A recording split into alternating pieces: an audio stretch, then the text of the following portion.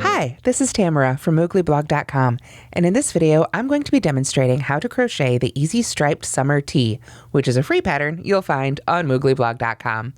Please go to the link in the description where you'll find both right and left-handed video tutorials, a link to the written pattern right underneath the videos, and links to all the supplies you'll see here today, as well as any other video tutorials that I will reference.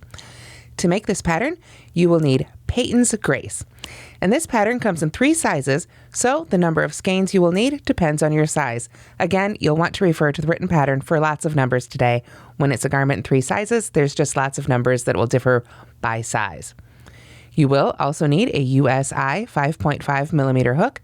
This one happens to be by Furls, as well as stitch markers and a yarn needle and scissors and all your normal crochet supplies. Now, as I mentioned, this pattern comes in 3 sizes. The smallest runs extra small through medium and has a 42-inch bust. The large/extra large has a 50-inch bust, and the largest size goes 2X through 5X with a 66-inch bust. Shown here is the extra small to medium size, and it's being modeled on a size medium. As you can see, it has a bit of a cropped length, and it has short sleeves for that great t-shirt look and a really flattering V-neck. However, it's very easy to make it longer if you'd like, and there are notes included for that in the pattern as well. Okay, first let's take a quick look at the finished summer tee. This pattern is made in 2 rectangles. It's really very simple. We have one rectangle here on this side that has been folded in half to make this side of the top, and the second rectangle is over here, folded the same way, and then with a seam in front, a seam in back, and a couple seams along the sides, you've got your garment. We just add a couple rows of single crochet for the sleeves and a linked treble crochet waistband. The linked treble crochet is definitely the hardest stitch that we use here, but it's also easy to substitute, and I will go over that as well. As you can see, I used 3 colors of Peyton's Grace. Blush, clay, and natural are the colors of these, but of course you can use whichever colors you like. I liked using 3 colors because this way I could change colors, carrying the colors along the side, so that at the end of each piece I only had as many ends as I had skeins to weave in. I didn't have to break the yarn to do any of the color changes. So the direction of crochet as you make your panels goes from this side across. Then to make the second panel, it's also from this direction across. And this is demonstrated, or rather pointed out in the schematic as well, which we will be going over together here in a minute too. But I want to point out that I followed the same color scheme onto that second panel. You can see I started with the pink, then the gray, then the white, pink, gray, white on across. The last color that I used in my first panel was the gray. So the first color that I used in my second panel was the white. I didn't start over again with the pink. Depending on what size you're making, the next color in sequence may vary. So you'll just can look at the last color of your first piece to know what color to start with for your second piece. Now let's take a look at the written pattern. As you can see, the sizes are listed out right here, and here's that schematic I was talking about. I also want to point out up here, it shows you how many skeins of each color you need for each size. 2 of each color for the smallest, 3 for the medium size, or well, the large, extra large, and then 4 of each color for the largest size, the 2X to 5X. But let's come down here and take a closer look at this schematic together. Here you can see I've drawn out the 2 rectangles. Not quite to scale, but it definitely gives you the idea. This is the direction of crochet I was talking about. You start at this side and go across. If you're left-handed, of course, you'll be starting and going across this way. And you can just flip it, but it's pretty simple to see how this will work out both ways. You just want to make sure that your direction of crochet moves in the same direction so that those colors line up correctly. After you've made your 2 rectangles, then you can lay them out flat like I've shown just here. And you can see here are the dimensions that you should be able to block those pieces to. After you've made those pieces, you can do your seaming. I like to start back here maybe with seam C. You can see here it's got the back seam is labeled, and it's just in between those 2 pieces, and that creates the seam at the back. And depending on your size, you'll be seaming for 15, 16, or 17 inches, and that's measuring from the edge. This edge here and this edge here will become the waistband after we fold them on this fold line. So first thing you want to do is go ahead and seam up that back seam, then sew up the front, the D measurement, That will be 7, 8, or 9 inches, depending on size, again, measured from the edge of the piece. And then you can fold that. Now you'll have one piece seamed here and here with an opening in the middle for the head. When you fold it in half right across on that fold line, then you can sew this line here to this line and this line to this line. These are the side seams. So it will be 11, 12, or 13 inches up from that edge sewn together. Then these spots here will be open and those will be your armholes. Okay, so to begin your first piece and your second, you'll start with a row of foundation single crochets. It will be 127, 137, or 147, depending on size. And if you would prefer not to use the foundation single crochet stitch, there are alternative directions listed in the pattern.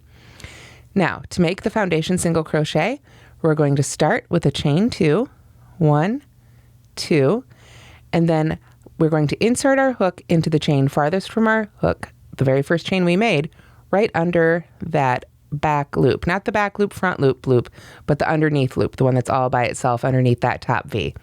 I like going into that. I find it's just a little bit easier. Then we're going to go ahead and yarn over and pull our loop through. Now we've got 2 loops on our hook, and this one closest to the end of the hook here, the one we just made, that's going to be the chain at the bottom of our stitch. So we're going to yarn over and pull a loop through just that loop to begin our single crochet, and then we can yarn over, there we go, and pull through both of those loops to finish our foundation single crochet. So that's the first one made. So to make all the rest, we go under the 2 loops at the bottom of the stitch. Remember when we pulled that first loop through, it made the chain at the bottom? So now we're going to go under those 2 loops at the bottom like those are the chain. So we yarn over, pull a loop up and through. Again, we have 2 loops on our hook. Yarn over, pull through just the first one. Now we've got that chain at the bottom of the second stitch, and we can yarn over and pull through 2 to finish our second foundation single crochet. If you'd like a closer look at the foundation single crochet, I do have a video tutorial just for that on the Moogly YouTube channel and linked at the link in the description. So to begin row 2, we're going to chainless starting double crochet in the first stitch. This is a double crochet substitute, and again, I have a separate video tutorial for it. But if you prefer, you can chain 3 or whatever double crochet substitute you like to do at the beginning of a row of double crochets. To make the chainless starting double crochet though, I'm going to pull that loop on my hook up to about the height of a double crochet stitch, put my finger on top of it to secure it so it can't move around. Then I'm going to yarn over with the loop itself, go into that first stitch, yarn over with my working yarn and pull up a loop. There we are. Then I will yarn over, pull through that loop and behind the loop wound around my hook, yarn over again, finally release that loop and pull through the last 2 loops to finish the stitch. So I like to do that in front instead of making a double crochet with a chain 3 or a chain 2 and then double crocheting in the stitch. I find it gives a really nice edge, but again, you can do whatever you like to do for your first double crochet. Then we're going to continue double crocheting across for the next 35, 38, or 43 stitches depending on size. So just continue to double crochet across for however many stitches are needed for your size. That will not take you, of course, all the way across our row. That will just get you to those great looking mesh sections that go over our shoulders. So I'm going to go ahead and just add a couple more here. And if you are working the pattern along with me, you can go ahead and pause the video and make however many double crochets you needed for your size until we are ready to begin that mesh section. Okay, so at this point in row 2, you should have either 40, 41, or 46 double crochets made. Remember, that's a chainless starting double crochet plus whatever number is necessary for your size. Then, if you're following along with the written pattern, we're going to begin the repeat that's inside the brackets. And here's how that repeat goes. We chain 3, 1, 2, 3, then we skip 3 stitches, so 1, 2, 3, and then double crochet in the next 3 stitches. So find that next one, yarn over and go into the next stitch. And then in the next 2, double crochet in the next one. Oops, let me get into just the part of the stitch I need there. There we go. So there's 1 and 2. And that is the repeat. So let's do it again. We chain 3, 1, 2, 3. We skip 3 stitches, 1, 2, 3, and double crochet in the next 3. 1, 2, and 3. So, depending on your size, you will do that repeat a different number of times. For the smallest size, you'll do that repeat 9 times. So chain 3, skip 3, double crochet in the next 3, 9 times total. For the other 2 sizes, you'll do it 10 times total. After you've done that number of repeats, then the next thing you need to do is just double crochet in the remaining stitches. So again, depending on size, that will be 33, 36, or 41 stitches. So when we get to that very last stitch, that's where we're going to change to our color B. Okay, so at the end of row 2, you should have a section of double crochets, then some mesh, and then some double crochets finishing it up. Remember, we're going to be folding it this way so that that mesh becomes our shoulders, and we'll have solid portions there over the rest of the torso. So when you get to the end of row 2, that's where we're going to switch to our color B. So before you finish that very last stitch, we're going to yarn over with the new color and finish it with the new color. So let's go ahead and do that all together. I'm going to go ahead and pull this one out. We're going to yarn over, go into our last stitch just as normally for a double crochet and get it started here. Stop as soon as we've got just 2 loops left on the hook there. And then we just do our yarn over and pull through with our second color, whatever color that is that you've chosen. And just like that, we can leave that end of our first color hanging out here on the side, and it will be ready for us to pick up when we come back this direction and are ready for it again. So to begin row 3, we're going to start with a chainless starting double crochet in that first stitch again, just like we began last time. Of course, if you don't prefer that chainless starting double crochet again, you can just use whatever method you like to use for your first double crochet. So I'm just going to go ahead and get this one finished off here. And something I didn't do last time, but I do like to do whenever I use this stitch, is put a stitch marker right in the top under those top 2 loops. It just makes it a little bit easier to find those top 2 loops when we come working back along in the next row. Again, you can give a little tug to your ends here to adjust the size of those stitches and the side of our work here, and just get it nice and even. As soon as you've got that first stitch made, then we're going to double crochet in the next 35, 38, or 43 stitches, again, depending on size. This will take us right up to that mesh section. So just make your double crochets here right along until we get right up to where we began that mesh. Okay, so we're in row 3 and we've worked right up to where we get to that mesh section. So when we get to the mesh, what we're going to do is begin the row 3 section in brackets, which is 3 double crochets in the next chain 3 space, chain 3, skip 3 stitches, and repeat again. So we start with double crochets in that chain 3 section. We don't want to work into the individual chains. We're just going to put our hook right down in that chain space. It's much quicker and it gives a really lovely look for this pattern. Sometimes you want to work into the chain, and sometimes you want to work into the chain space. So it's always important to read the pattern carefully and see which one is indicated. So we've worked our 3 double crochets into the chain 3 space. Then we chain 3, 1, 2, 3, skip those next 3 stitches, and begin again. And that's how we handle all our mesh here across for row 3. 3 double crochets in the chain 3 space, and then chain 3 and skip the next 3. So you'll do that all the way across your mesh section here. And when you get to the final chain 3 section here, you can see I've got my 3 double crochets in that chain 3 section. I've got one more to go here, so I can't quite demonstrate that yet. I did add one more, so let's get on across here. So we've got our last repeat here. And again, this will be the same number of repeats depending on size, 9, 10, or 10. So there we are. We've worked into our last chain 3 section. So what we're going to do now is chain 3 again, 1, 2, 3, and skip these 3 stitches to finish our last repeat. So after we skip these, then we'll be ready to finish off our row with just double crochets in all the remaining stitches across. And again, it will depend on what size you're making for how many stitches that will be, 37, 38, or 43. So continue on across till you get to the end of row 3 here. Because I've just got my little swatch, I'm already there. So I'm going to get my hook in that last stitch there. That would have been a little bit easier if I'd had a stitch marker in there, but I didn't do it. But before I finish that last stitch, again, I'm going to change colors. Those first two colors or first two rows rather, are made in the same color, but after that, we're going to be changing colors every row. So let me go ahead and pull up my third color now. Find an end here, and then I will go ahead and yarn over with that one. So to manage the three colors all at the same time, I really just recommend that you take the time every time you switch colors to set aside the colors you're not going to use, maybe distribute them on whichever side of your work they're going to sit on because that end is coming out, and just make sure that the color you are working with is held separate from the other two strings. That will keep them from getting all tangled up as much. After that, we just begin the same way again for row 4. Start with our chainless starting double crochet, and then we're going to basically work across till we get to that mesh section, which is real close now on our little swatch, but you'll work up to get to that mesh section, and then the same thing again.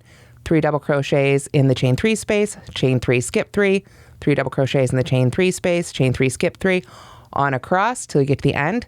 Just like we did here, you'd skip those 3, which lines up with the one below, as you can see, and then double crochet on across to finish it. When you get to the end of row 3, you'll see we're working that last stitch right there, and we'll be starting again with that first color. We will have gone through all of our sequence of colors, and I have to sort of take the time, like I said, to get it untangled from the other ones. Just take your time with your yarn every time you change colors, and it will save you a lot of headaches later. You can see the end of that first color is still hanging out right there. So when I finish up row 3, I can just bring that on up and yarn over with it and continue on in pattern. So row 4 is pretty much like row 3, and then we're just repeating rows 3 and 4 back and forth. The number of stitches before the mesh section will change, but at this point you just crochet right up to that mesh section, and then you know what to do on across. And as you work back and forth in rows, basically it's the same thing. Like I say, it's just a matter of double crochets at the ends that will change. And that's the key too. There isn't a specific number of double crochets other than for the necessary length. So if you wanted to make your summer tee longer, you could just add more double crochets on the end of each row. Just make sure you add the same number in front that you do in back. So the same number of double crochets at the end and at the beginning of each row. Because right there is our fold line right in the middle of the mesh. And there's the second half of our double crochets for each row. So just continue on across. Now the number of rows will depend on what size you're making, of course, because that determines the width of your garment. So you'll continue repeating rows 3 and 4 for 21, 25, or 33 rows, depending on your size. So whatever color that ends up being when you end up at the end, then your final row for the piece will be in the same color that you made that last mesh and double crochet stripe in.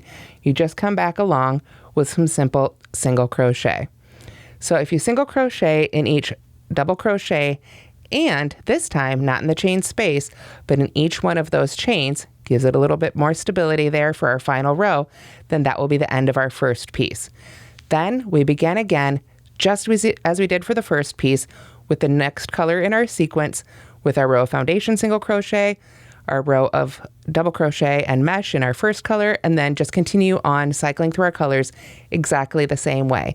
We get to the end, I work around, or rather a row of single crochet in the same color as our last color of double crochet and mesh. So after you've got your 2 pieces made, then all you need to do is assemble and add those last details. Okay, so after you've got your 2 pieces made, you'll lay them out flat before you fold them here, and you can do your front and back seams. Here you can see I have seamed up the front, and you can just use either one of these colors, whichever color you want to go ahead and grab. Go ahead and do a mattress stitch seam right up the front there. Again, measuring from the ends here. So the length of that seam will be 7, 8, or 9 inches, depending on what size you're making. At the end of that seam, you can just weave in those ends just as you normally would with your yarn. Then you can repeat it on the back, or do the back and then the front. Again, it's up to you. It doesn't really matter. But same thing on the back, measuring from the sides of the rows on up towards the middle. You will do a seam of 15, 16, or 17 inches, again, depending on size. Then you can fold it right across the mesh section there, and we can do our side seams. Again, the length of the side seam will depend on the size of the sweater you're making. After all the seaming is done, then we can add our little waistband here and just a couple rows of single crochet just right around the arm openings here. Just go ahead and join right next to the seam, single crochet all the way around, join, another round of single crochet, and it just caps them off really nicely. But like I said earlier, this waistband does use a little bit of a trickier stitch, so I'll go ahead and demo that for you now. So to start the waistband, first thing you'll do is join next to a side seam at the waist, and then just do a round of single crochet. And you're going to want to work those single crochets evenly into the sides of the rows. At this point, you'll be working into the sides of the rows like this. So spacing is just a matter of sort of working out what works best for you. I found if I put 2 single crochets on the side of one row and then 1 on the next, that was a really great way to get across around with however many stitches I needed. This is a slightly pulled in waist, so you will be working less than you might otherwise. If you want a straighter waist, you can increase the number of stitches and work 2 single crochets in the sides of each row. As it's written, you'll want to evenly distribute either 130, 156, or 208 single crochets evenly all the way around that waist opening. We simply join those, and then for round 2 of the waistband, that's where we use our linked trebles. Now, I'm going to go ahead and demonstrate how to do some linked trebles for you here today, but again, I do have a separate video tutorial for that on the Moogly Blog YouTube channel if you would like to refer to that. Additionally, instead of linked treble crochets, you can just do 3 rounds of back loop only single crochet if you prefer. It will really give you much the same look, it just takes a few more rounds to get through. So I'm going to go ahead and just pretend that this is the waistband of our garment here on our little swatch. And I'm going to go ahead and join. Now, normally I would already be joined here because I would have had that round of single crochet. So we're just going to, like I said, pretend we're ready for round 2 of our waistband. So to make those linked trebles, we're going to start with a chain of 4. So 1, 2, 3, and 4. Then what we're going to do is we're going to go into the second chain from the hook. And I like to go again right under that back loop, or the underneath loop rather, not the back loop, but the underneath one. With my hook, yarn over and pull up a loop. I like to pull it up nice and loose there so it's not too tight. Then I'm going to go into the underneath loop of the next chain and pull up another loop. And then I'm going to go ahead and go into that first stitch. That chain 4 here, I'm not going to count as a stitch for this pattern. I'm going to go ahead and go right into that first stitch, yarn over and pull up a loop. Now I have 4 loops on my hook. So I'm going to go ahead and work it off just as I normally would for a treble crochet. Yarn over, pull through 2, yarn over, pull through 2, and yarn over and pull through 2. Now, to continue on across for our row, what we're going to do is look for the vertical bars. So if we want to look really closely here, let me pull my hook out so it's a little easier to see. We're looking for the vertical bars of that previous stitch. So you can see there's one there and one right there. So we're going to treat those like we did the chains before. We go from the top underneath that first vertical bar, yarn over and pull up a loop. Go ahead and pull that right up to the side there. Then go under that second vertical bar, right there, yarn over and pull up our loop. Give them a little tug so they're nice and even, and then go into that next stitch of the row. Yarn over and pull up a loop. We've got our 4 loops on our hook, so we can yarn over and pull through 2 rather, at a time to finish our treble crochet. So we just continue on across like that. Now we've got those vertical bars to work under again. So let's do it one more time. Go under the first one, pull up a loop, go under the second one, pull up a loop, and go into the next stitch and pull up a loop, yarn over, pull through 2, yarn over, pull through 2, and yarn over and pull through 2. If you've done any Tunisian crochet, you can see this is kind of like working a Tunisian crochet band sideways around our work in a way, and it just gives it a really great look. One of the characteristics, however, of linked trebles is that they tend to curl, sort of like Tunisian crochet, right? So these stitches are what give us that really curled waistband. So if you don't want to use these, you can see here, you can do a couple rows, 2, 3, whatever you like, of single crochet in the back loop only. That will give you that vertical line and will create a little bit of that curve as well. So if you do the linked treble, then you'll want to do one more round of single crochet all the way around before you finish off and finish your waistband. Then you can just add those 2 rounds of single crochet for your sleeves and you'll be all set. And that's how to crochet the easy striped summer tee. Once again, please go to the link in the description so you can get both video tutorials as well as the written pattern and all the other supplies and video tutorials I've mentioned here today. If you're watching this somewhere where you don't have a description that you can look at, please go to mooglyblog.com, look for the search bar, and type in Easy Striped Summer Tee. That should take you both to the pattern and to the tutorial. So this pattern, once again, featured Peyton's Grace and a USI 5.5mm hook. I hope you'll give it a try, and I hope you'll give Peyton's Grace a try as well. It's really wonderful for lightweight, summer-worthy garments. So thank you so much for watching, and I hope you have a great day. And don't forget to subscribe and hit that bell so you know anytime we go live and whenever there's a new video on mooglyblog.com.